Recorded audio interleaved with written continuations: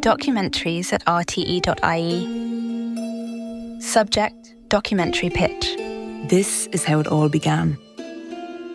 To whom it may concern, I am emailing as I am a young 32-year-old Irish woman living with a terminal, degenerative, neurological illness that was misdiagnosed due to the fact that I was adopted. This email arrived into us just before midnight on the 8th of April 2021. I have Huntington's disease, which is ALS meets Alzheimer's meets Parkinson's disease, so a pretty tough disease. Irish neurological wards are increasingly becoming full of young Irish women like me who are terminally ill due to the secrets and lies around adoption. In among all the emails we get, this one stood out. Listen to how brave the writer sounds. I have accepted that I will die because I was misdiagnosed. I have accepted that I will more than likely die without meeting my birth mother. What I can't accept is that this is going to continue impacting women until something is done, until people hear my story and realise that change is urgently needed and not only for adoptees. This person really wanted to tell their story, and they really wanted RTE Documentary on One to help them tell it. We have a chance to save a life. If just one woman thinks to question their GP after hearing my story, that's a positive. Now, I'm going to tell you something. Something big. Right here. Right at the very start of this series. And what you're about to find out, it took us almost a year to discover. And it changes how you're going to listen to it. Since my diagnosis, I've gone back to university. Almost everything in the email that the woman says about herself is completely and utterly made up. I can no longer write or type. Almost all lies, like this one. On another note, the psychiatrist that misdiagnosed me is actually now in prison, just to add another hook to this story. Thank you for your time. Carrie Jade Williams. I'm Justine Stafford. From RTE Documentary on One, this is The Real Carrie Jade. Episode 1. I'm Carrie Jade.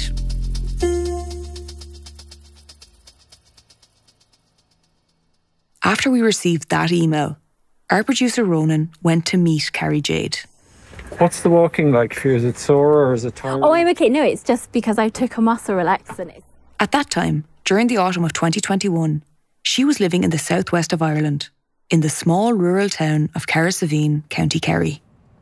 I love it down here. It's a much more relaxed way of life. I still have to go up to Dublin for all my neurology appointments, but it's 3.5 hours on the train. Oh, hello. It's a nice day now. It's lovely, isn't it? Now, if we're at this end of the town, I'll go in and pick up. Hello. Hey, how are you doing? Well, I love the polka dot. Oh, thank you. I'll go in and pick up the New Yorker. Hello. Yes, please.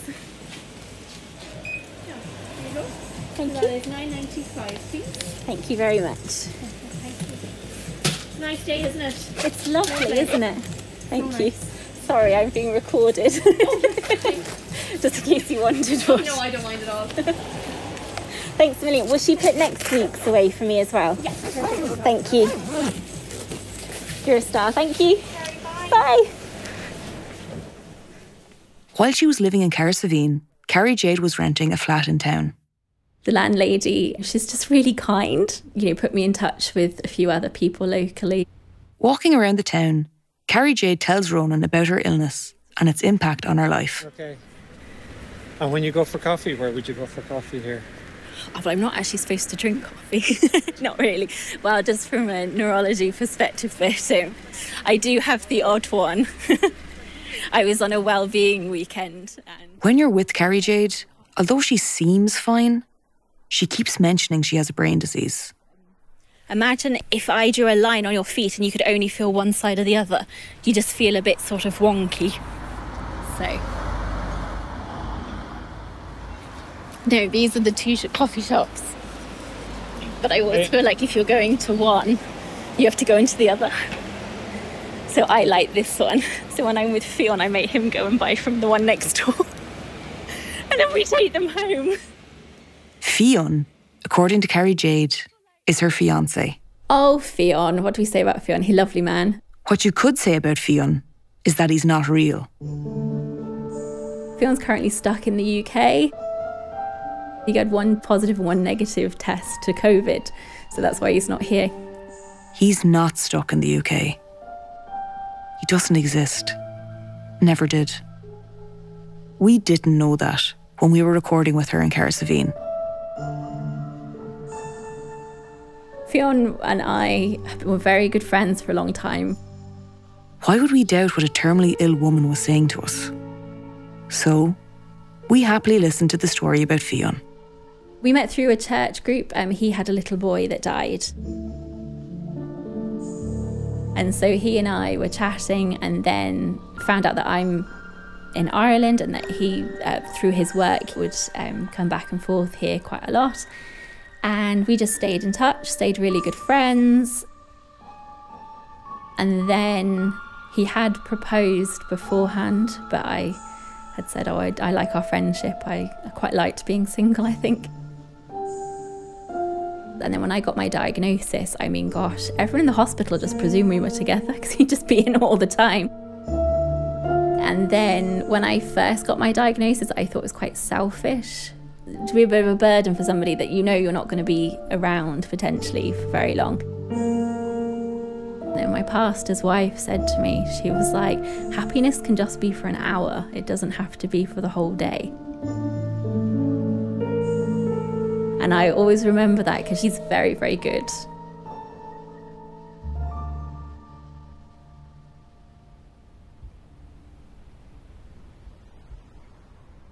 Even though she's only been here in Carsavine a few months, Carrie knows people in the town. Their daughter is Jade. I'm Carrie Jade Williams, and I was getting some of her mail, even though we've different surname. You see there where she says, I'm Carrie Jade Williams? She's not. It's a fake name. Just one of many she's used in her travels around Ireland. She's been all over the country, deceiving people. Conning them out of money, pretending that she has qualifications she doesn't have, winning their trust, and then betraying it. But I'll tell you one true fact about her. Her year of birth. She was born in 1988. And 1988 is important in her made-up stories. She uses the fact that Ireland was a very different place in 1988, particularly for single mothers. Single mothers were seen as a problem in Irish society back then. If they had a baby and weren't married, they were often harassed into giving that baby up for adoption. So then, when you ask Carrie Jade about her birth, this is what she says. I was born in Bessborough in Cork. Bessborough was a notorious mother and baby home in the south of Ireland. It was one of the largest such homes in Ireland, where thousands of single women lived with their babies. So I was born obviously in Ireland and then I was adopted, but I grew up in the UK. My mum was one of the first to be allowed to adopt as a single parent. I was adopted because my mum thought there was too many people on the planet. Okay. So even my adoption was some sort of, my mum was a bit of a rebel back in the day and very much a feminist. I love her to pieces. When you listen to this, you have to keep reminding yourself that it's all made up. You know, I went to Steiner school, so my grandparents were horrified at that. I think my grandparents were convinced I would never learn to read or write. At this point, Carrie Jade was happy to tell us her entire fake life story. And we were happy to listen. I grew up as a kid on protest marches and all of that. So that was our holidays. Like some children got taken to, SeaWorld in Florida. I got taken to stand outside to protest Port Illicum, the whale. My mum would always have her opinions on things. And I can always remember my grandmother always used to say, oh, well, that's because we let you listen to David Bowie. While she changes her identities and stories a lot, there is one constant, and that is that her family are millionaires. We had a family business that was in diamond cutting abrasives for industry, and we own a family business out in Israel, in Haifa, in northern Israel. We own quite a lot of factories out there.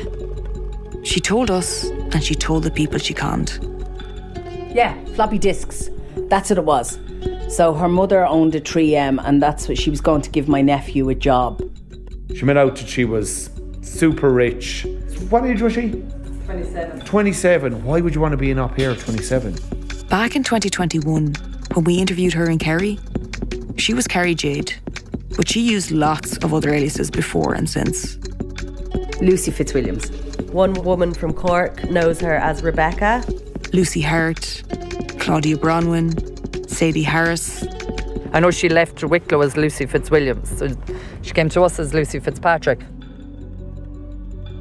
In Cahersiveen, when we met Carrie Jade, she had shoulder-length hair, fair with auburn tints, held back with a clip on one side. She had a soft, round face, blue eyes, rosy cheeks, even teeth, and a ready smile. She was full-figured, heavy. When she's been deceiving other people, as well as changing her name, she changed her hair, its length and colour, and her body shape. But she would have been blonde, her hair kind of bobbed. Very pretty. Very pretty girl, yeah. But when she came here, she went straight to the bathroom, cut her hair and dyed it. She had like white bleach blonde hair, but she was bigger than she was with us. She doesn't look like the same person because there's like the huge weight gain.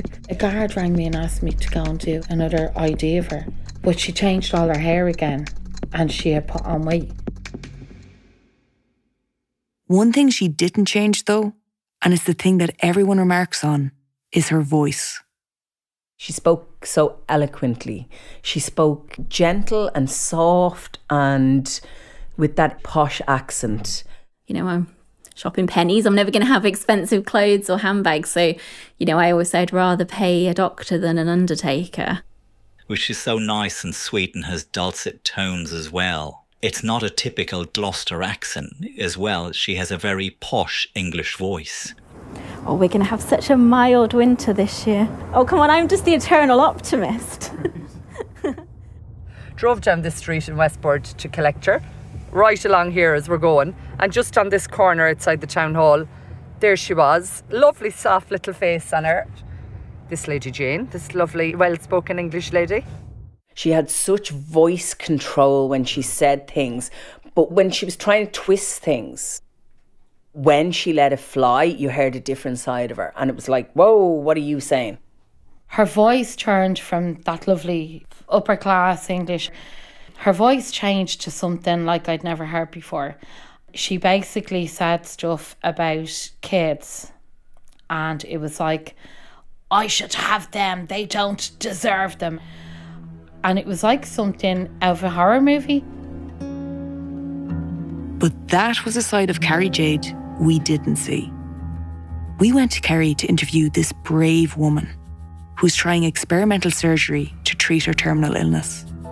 The disease Carrie Jade told us she'd been diagnosed with is Huntington's.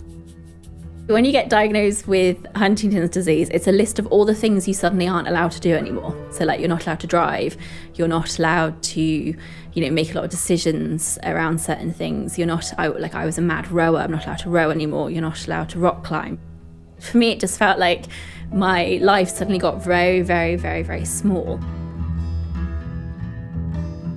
When someone tells you that they're dying, especially someone young, like Carrie Jade was at 32, it changes how you engage with them. It changes the relationship. They hold the upper hand as you feel so, so sorry for them. It kind of makes them beyond reproach.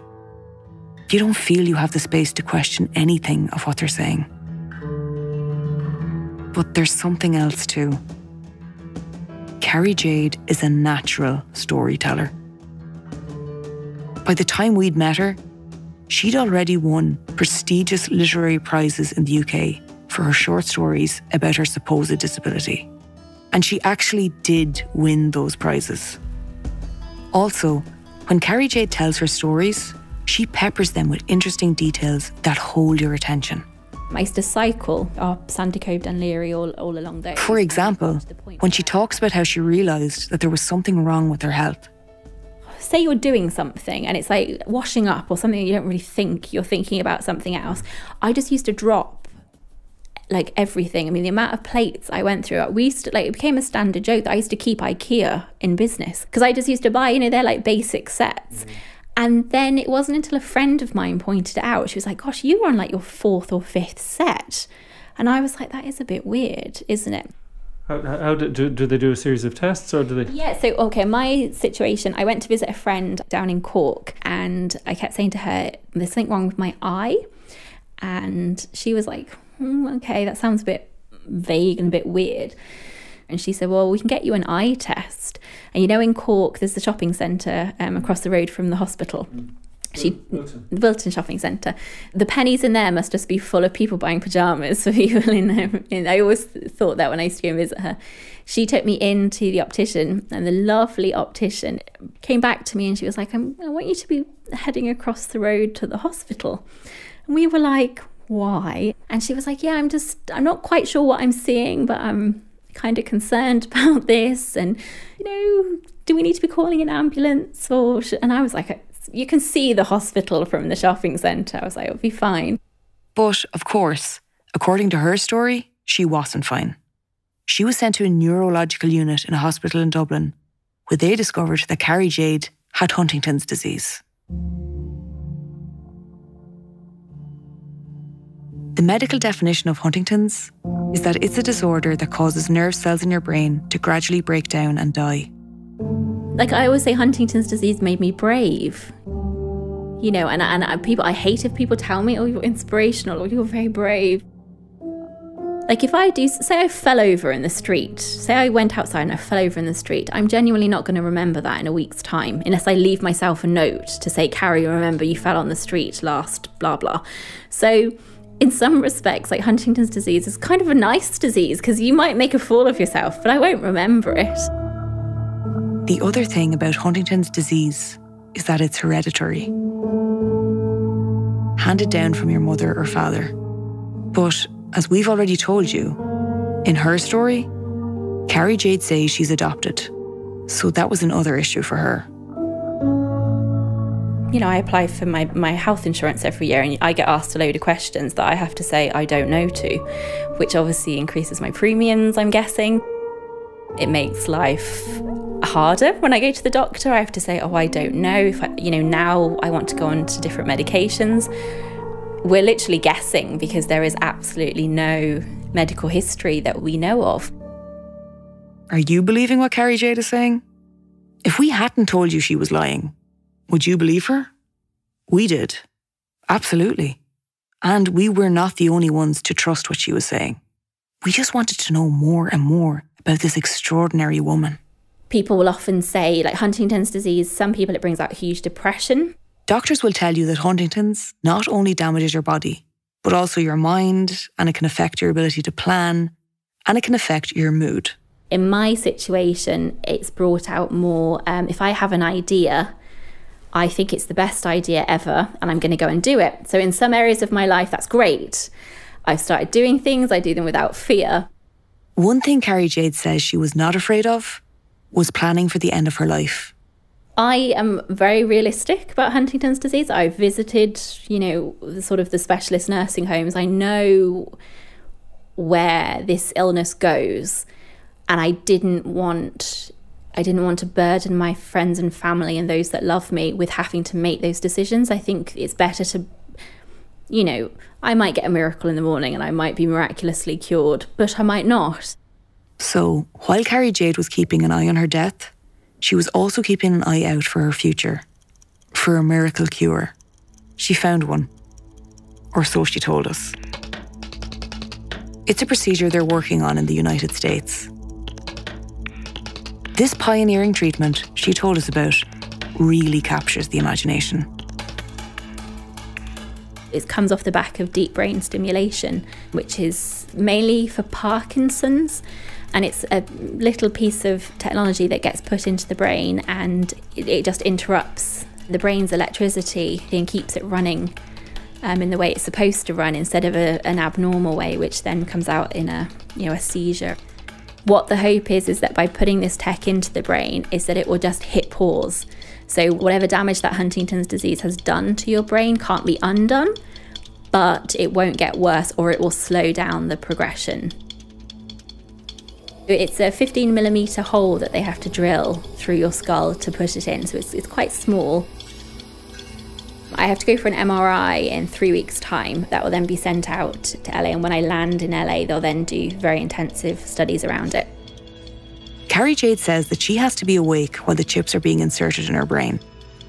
That's so the medics can monitor her reaction and put them in the right place. To prepare for this, she has to learn to be calm in a medical setting. She tells us that she actually needs to have some of her teeth taken out, so she plans to have this done while she's conscious. They're actually going to do my wisdom teeth out next under conscious sedation, just so that I can have experienced what that process is like, because they obviously need you to be still for the surgery, and if you panic, they have to put you straight to sleep. Then the story becomes even more elaborate. Carrie Jade explains that not only does she have to be calm, the surgical specialists want her in a certain mood while they're putting the electronic chips in. We had to find a TV show that kind of annoys me, but that I kind of annoys you but makes me laugh. And so if you heard of The Real Housewives of Beverly Hills, that show really annoys me, but like makes me laugh. Like they carry dogs around with them, like grown women carrying little dogs and, you know, all of that kind of stuff. So during the surgery, they'll be playing that. And then I just talk about nonsense, basically, just talk about how annoying that TV show is to me. So when we go for my dental work, I'm going to be taking a screen with the Real Housewives on to see how it works. It freaks lots of people out. I don't know, I think people are freaked out by brains, first of all, and then they start thinking about like drilling through the skull and everything. Some people are like, oh, please stop. We weren't those people. We didn't want Carrie Jade to stop. This documentary was transforming before our eyes and ears. Not only did this 32-year-old Irish woman with a terminal illness want to share her story, she was now heading to Los Angeles to have an experimental operation to save her life. And she invited us to come along and record the whole thing, meaning we'd have a front row seat at pioneering brain surgery.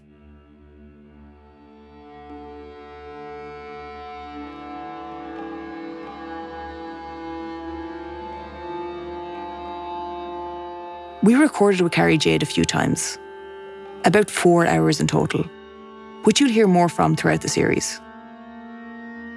But as the months went by, contact between us diminished. And when we began asking more questions and digging for deeper detail, she went totally quiet.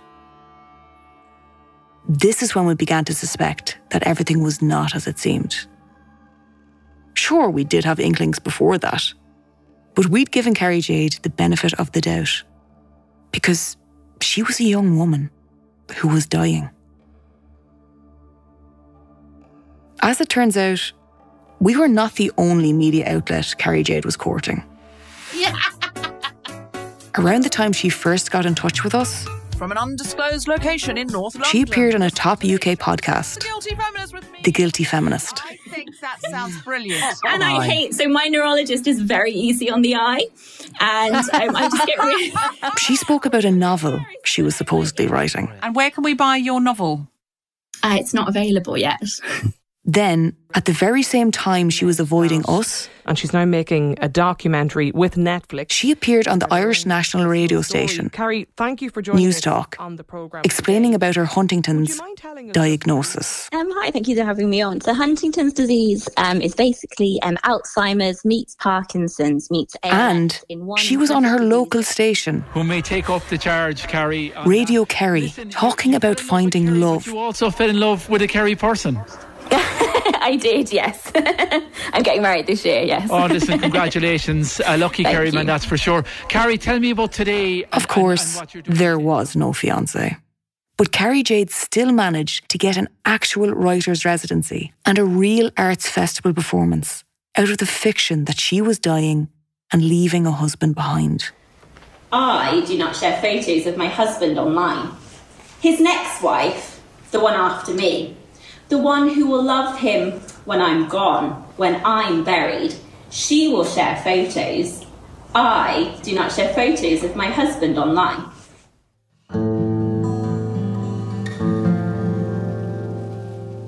We parked up our project with Carrie Jade for a while. We knew things were not right, but we were unsure what was really going on.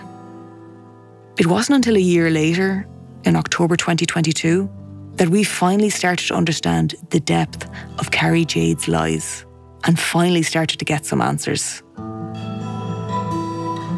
Her entire story began to transform before our eyes, and before many other eyes too, as it broke on social media.